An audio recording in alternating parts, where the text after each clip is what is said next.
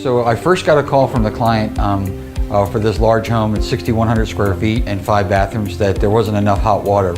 So I came to the house and then I did an assessment.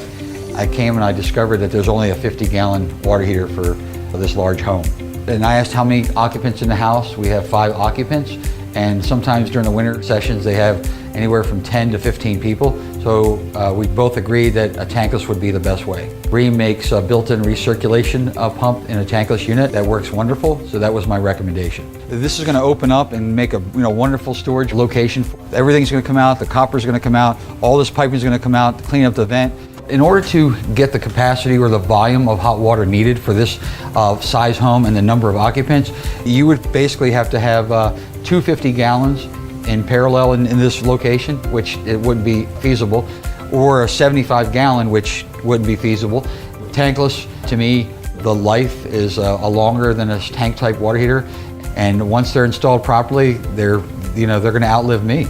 My grandfather was a plumber, my dad was a plumber, and when I was in the Navy for 25 years, we used a lot of tankless. And the civilian community was scared of the tankless, but I would say 25, 30 years is not uncommon if the pressure is perfect and the incoming gas is sized properly. So on the system, we have 2 pumps in here, and so most plumbers are like, "Oh my God, this is an overkill. Why didn't you put one without a pump?"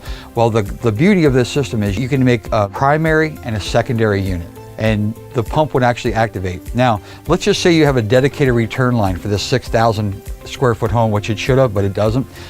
There's an actual port here at the bottom that I can tie in a dedicated return line to this system, and there's no need for what's called the Grundfos T.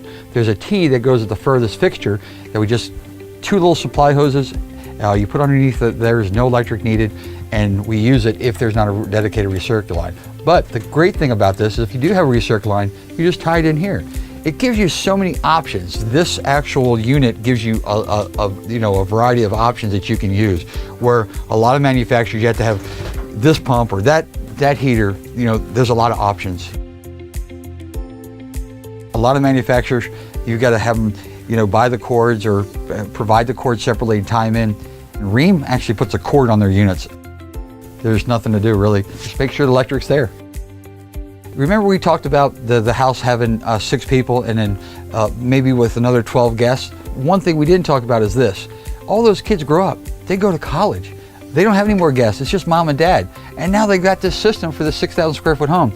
Well, they can shut down one unit and they can operate off the other one. And so there's a lot of options we can do here. I love it. This computer is so sophisticated, it can actually learn your habits. If 3 people showered at 8 o'clock in the morning for last week, you can actually have this to where it can learn the habits and actually turn on automatically and provide the hot water to that pump system. The other thing is you can have it on a timer. The timer can be from 6 a.m. or 5 a.m. to 3 p.m.